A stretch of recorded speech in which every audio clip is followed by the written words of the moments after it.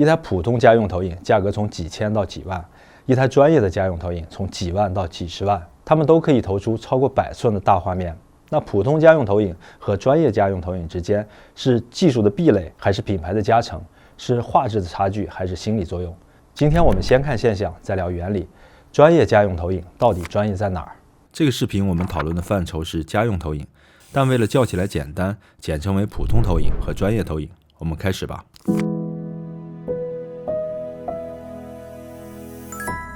这是一台普通投影的画面，当我们把它对焦到最清晰的状态，走近看的时候，会看到画面是由一个个像素组成。现在我们用一台专业投影投出同样的画面，当我们走近看的时候，依然看不到像素。这就像是我们在显示器上看一张图片，如果把它放大，就能看到每个像素只有一个色块。如果我们把这张图片打印出来，凑近看是看不到像素的，因为它是由打印喷头喷出的墨滴附着在相纸上形成的。打印机喷出小墨滴形成图案，显示器控制像素明暗形成图案，所以观感有差别，这很好理解。但是普通投影和专业投影的显示基本单位都是像素，为什么一个能看到像素，一个看不到像素呢？对于普通投影来说，控制成本和让机身小型化很重要。他们常用的是德州仪器的 DLP 技术，核心部件是一片 0.47 英寸的 DMD 芯片，原生分辨率是 1080p， 它可以配合 XPR 组件抖动形成视觉上的 4K 分辨率，但物理上它是200万个像素。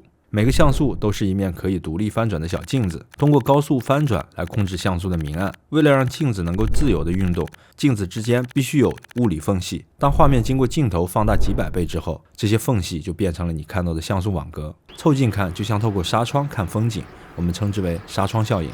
而很多专业投影用的是自研的显示芯片，比如这台索尼 P7 用的是基于 LCOS 技术自研的 0.61 英寸 SXRD 液晶面板。这样的液晶面板在索尼投影里有3片，每一片的原生分辨率都是 4K， 在 0.61 英寸的面板上有830万个像素，所以像素的填充率极高，像素间的缝隙极小，这是原因之一。另外，像素在液晶层之下，光源照射到像素层再反射出去，会2次经过液晶层的偏振调节，让微小的像素间隙也能部分透光，从而进一步减弱了可见的像素山格。这个过程有点像是打印机的墨滴在相纸上的微量晕染，填充了缝隙，这就形成了专业投影那种看不见像素的胶片感。很多老玩家会说 DLP 投影的画面看起来比较锐， LCOS 投影的画面看起来比较润，这种描述很大程度上就是像素感和胶片感的不同。另外，这种观感和画面的黑位和色彩也有关系。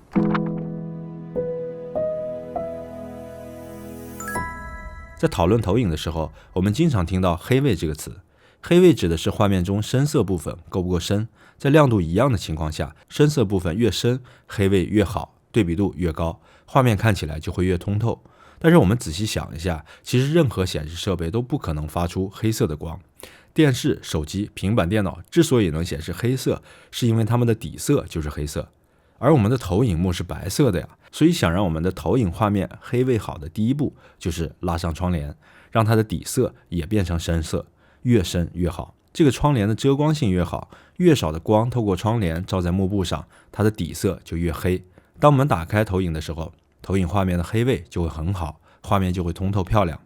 拉窗帘是最容易实现的让投影黑位好的方法。影响投影画面黑位的另一个因素是投影机本身。现在我们用一台普通投影和一台专业投影分别来显示一张黑色的图片，会发现专业投影显示的明显更黑。用仪器测量，普通投影的黑色亮度约 0.048 尼特，专业投影的黑色亮度约 0.011 尼特，相差4-5倍。通俗的说就是专业投影更黑，普通投影发灰。这就奇怪了，理论上这个黑色就是投影幕的底色，那2台投影在显示黑色时都不发光，为什么画面的黑位会有差别呢？我们刚才说过，普通投影常用的 DMD 芯片是通过表面微小的反射镜快速翻转来实现每个像素的明暗控制的。当需要显示黑色的时候，对应像素的微镜会翻转到特定的角度，把光反射到吸光结构，对应像素就会显示为黑色，这是理想的状态。实际上还有一些光会打在像素的间隙，再杂乱的反射出去，总会有一部分不听话的杂散光漏到投影幕上，把原本该黑的地方给照亮了。这就像是你拉窗帘的时候很难把窗帘拉得严丝合缝，经常会有一点光漏在屏幕上。为了让更少的杂散光漏到屏幕上，有些投影会加入物理光圈，在显示暗场景时收缩光圈，让更少的光通过，这样是会让黑位更好，但同时也阻挡了画面亮部的亮度，也就是说高亮度和深沉的黑位无法同时实现。这种加深黑位的方法对于普通投影来说已经是非常好的表现，但它的黑位和专业投影还是有差距。这一点从我以往的测试数据中可以看出来，原因就在显示芯片的工作原理上。那专业投影是怎么控制黑位的呢？还是以索尼 P7 为例， SXRD 液晶面板像素对应的液晶分子会以不同的方式排列，当光源照射到面板，会两次穿过液晶层，过程中光的偏振状态会被精确调制。你可以理解成给一部分光发了通行证，给另一部分光打了进行标签，然后它们会经过一道严密的安检。手拿通行证的光被放行，经过镜头照亮画面的亮部，被打了进行标签的光会被分流到小黑屋，被吸收掉，极少有漏网之鱼。专业投影这种对于光近乎苛刻的控制力，让杂散光很难逍遥法外，这就是它黑位深沉的原因。我们经常听到单片机和三片机的叫法，指的其实就是投影里显示芯片的数量。大多普通投影只有一颗显示芯片，它只负责像素的明暗。为了显示色彩，它必须配合一个高速旋转的色轮，把光切成红、绿、蓝，然后轮流投射出来。现在很多普通家用投影因为用了三色激光光源，已经不需要色轮来切换颜色，而是通过激光器的高速开关来实现颜色的快速切换。但是因为显示芯片只有一片，同一时间也只能显示一种颜色。无论是色轮还是三色激光的快速切换，都是利用大脑的视觉暂留现象，让我们的大脑被骗过，从而在同一时间看到多种色彩的。这种单片机的分时显示的色彩方案，优点是成本低，而且更容易把投影做小，这对于普通家用投影来说很重要。但它有个弱点，就是彩虹效应。在看快速移动的高亮物体，或者快速转动眼球，会看到一闪而过的红绿蓝彩虹边。每个人对于彩虹效应的敏感程度是不同的，有的人几乎无法察觉，但有的人会非常的敏感。如果用手机或者相机拍摄慢动作，快门速度很快，这种情况下是很容易拍到的。而专业投影通常会采用3块芯片，分别负责红绿蓝3个颜色，在经过和光棱镜之后，合成一个全彩的画面。这意味着红绿蓝3种颜色是全时同步投射出来的。三片机带来2个最直观的优势，第一是从物理层面避免了彩虹效应，即使快速移动的画面，我们看到的也是平滑稳定的图像，长时间看的话非常舒适。第二是在深沉黑位的衬托下，色彩的观感浓郁扎实，所以专业投影很多都是用3片机的架构，代价就是更复杂的光路、更大的机身和更高的价格。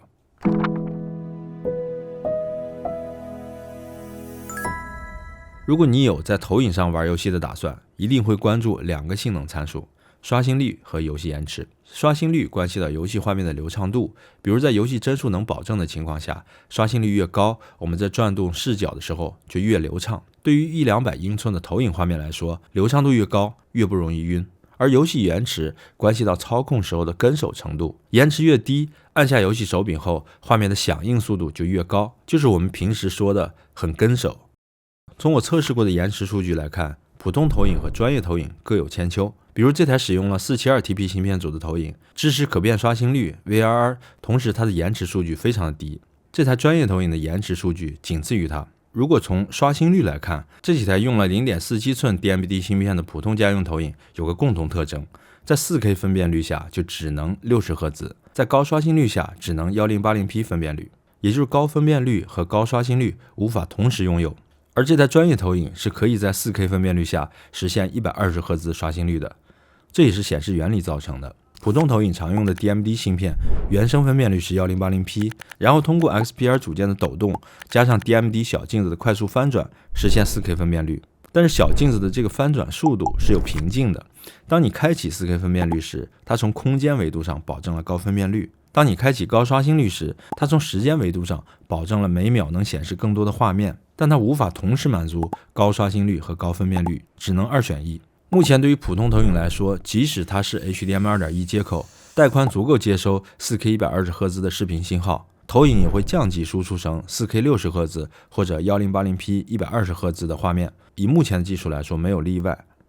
而对于专业投影来说，它的液晶面板不存在这样的机械瓶颈，可以高刷新率和高分辨率同时跑满，这是它们的显示原理决定的。所以目前如果你需要真正的 4K 120赫兹的投影，只能在专业投影里选。注意，并不是所有的专业机型都支持 4K 120赫兹，也是分型号的。比如说2022年上市的索尼 XW5000 用的也是 SXRD 液晶面板，原生 4K 和深层的黑位它都满足，最高也只能支持 4K 60赫兹。它也是目前非常有质价比的原生 4K 投影。这台2025年上市的索尼 P7 是它的进化机型，它就可以支持 4K 120赫兹，价格也比 XW5000 要高一些。这两台投影我都做过视频，感兴趣的话大家可以回去看。回到标题，专业家用投影，专业在哪儿？我认为在现实层面是显示原理导致的胶片感、深层的黑位和3芯片架构舒服的观感，是专业品牌从电影工业的制作端到家用显示设备的回放端，全产业链几十年的积淀。从心理层面，如果说普通投影带给我们的是从无到有，从小屏幕到大画面的震撼，那专业投影能给的是我们玩家在影音之路上追求画质最后1公里的圆满。我是高老上校，我们下期再见。